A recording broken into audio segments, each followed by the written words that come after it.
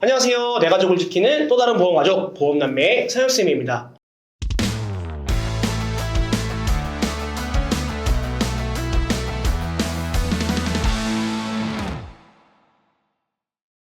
저희 보험남매 채널에서 전에 간병인 보험에 대해서 다룬 적이 있었죠. 기본적으로 어떻게 가입해야 하는지에 대해서 자세히 설명드렸던 것 같은데, 그럼에도 불구하고 잘못된 정보나 소문 때문에 혹은 영상을 보고 실제로 주변 설계사들한테 설계 의뢰를 해봤는데 이거 영상과는 다르게 좀 비싸다거나 하는 부분 때문에 아직도 망설이시는 분들이 참 많았던 것 같은데요. 오늘은 간병인 보험 2탄, 어떻게 하면 조금이라도 효율적으로 가성비 있게 간병인 보험을 준비할 수 있는지 정확히 체크해서 알려드릴 예정이니까요.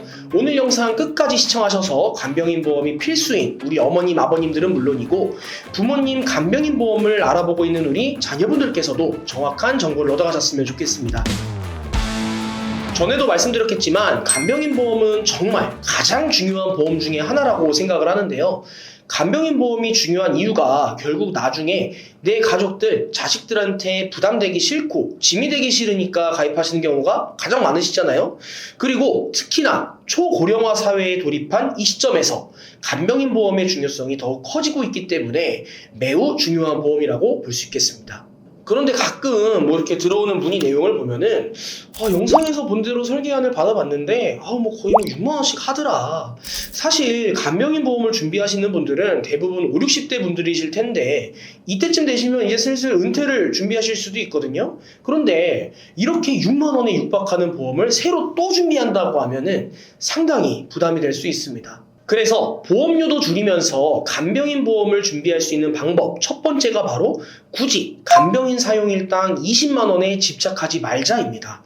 좀 더 쉽게 설명드리자면은 오히려 다른 부분으로 시선을 좀 옮겨보는 거거든요.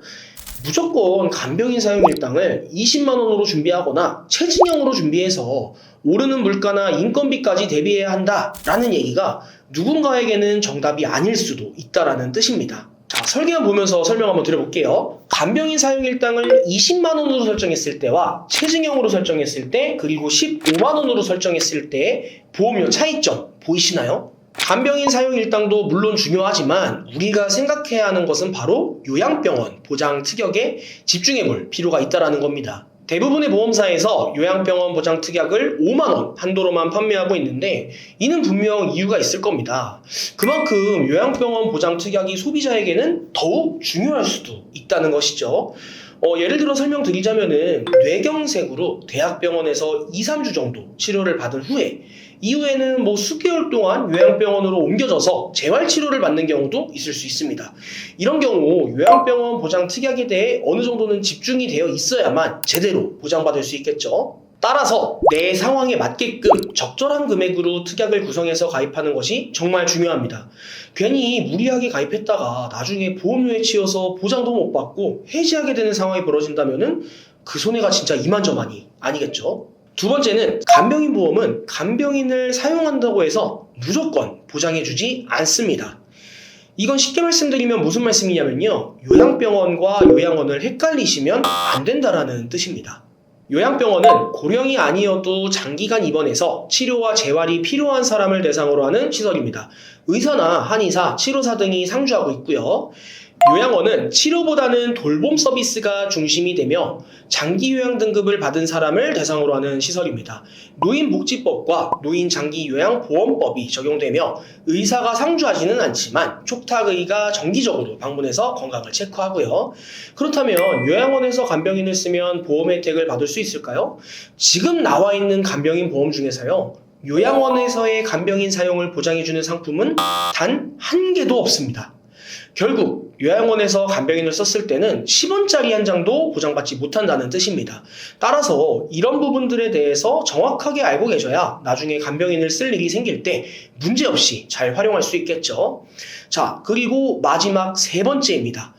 간병인 보험만 가지고 있다고 해서 대비가 완벽하게 되는 것은 아니다라는 점입니다.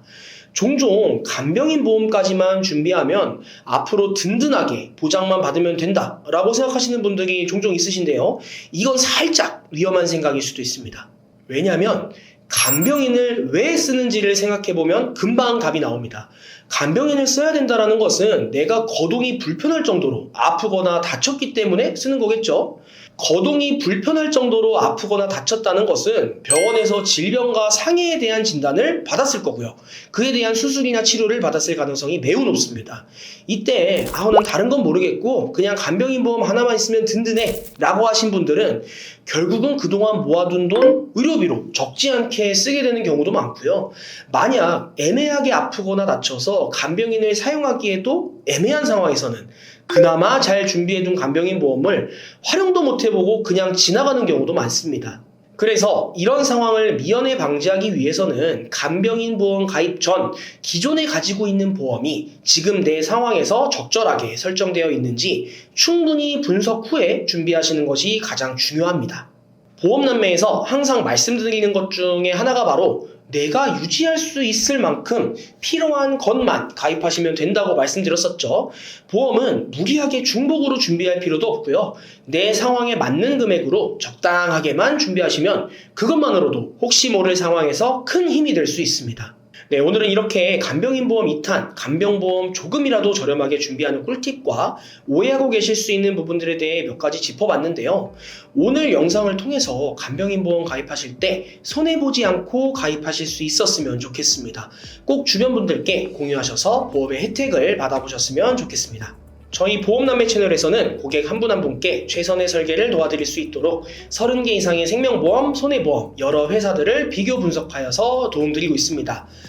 보험은 가족력이나 생활습관, 직업, 직무에 따라 설계안이 모두 달라야 한다고 생각을 하기 때문에 개개인에게 맞는 최적의 맞춤 플랜을 제공해드리고 있으니까요. 보험 가입이나 리모델링에 대해서 궁금하다, 상담을 희망한다 하시는 분들은 댓글창에 상담 신청 링크를 클릭하시거나 카카오톡 검색창에 보험남매 검색하셔서 연락주세요. 내 가족 보험을 준비하는 마음으로 꼼꼼하고 면밀하게 분석해드리겠습니다. 보험남매 구독, 좋아요, 알림 설정 잊지 마시고요. 다음 시간에는 더 유익한 보험 정보로 찾아뵙겠습니다. 네, 그럼 지금까지 내 가족을 지키는 또 다른 보험가족 보험남매의 상엽쌤이었습니다. 감사합니다. 본 광고는 손해보험 광고심의 기준을 준수하였으며 유효기간은 심의일로부터 1년입니다.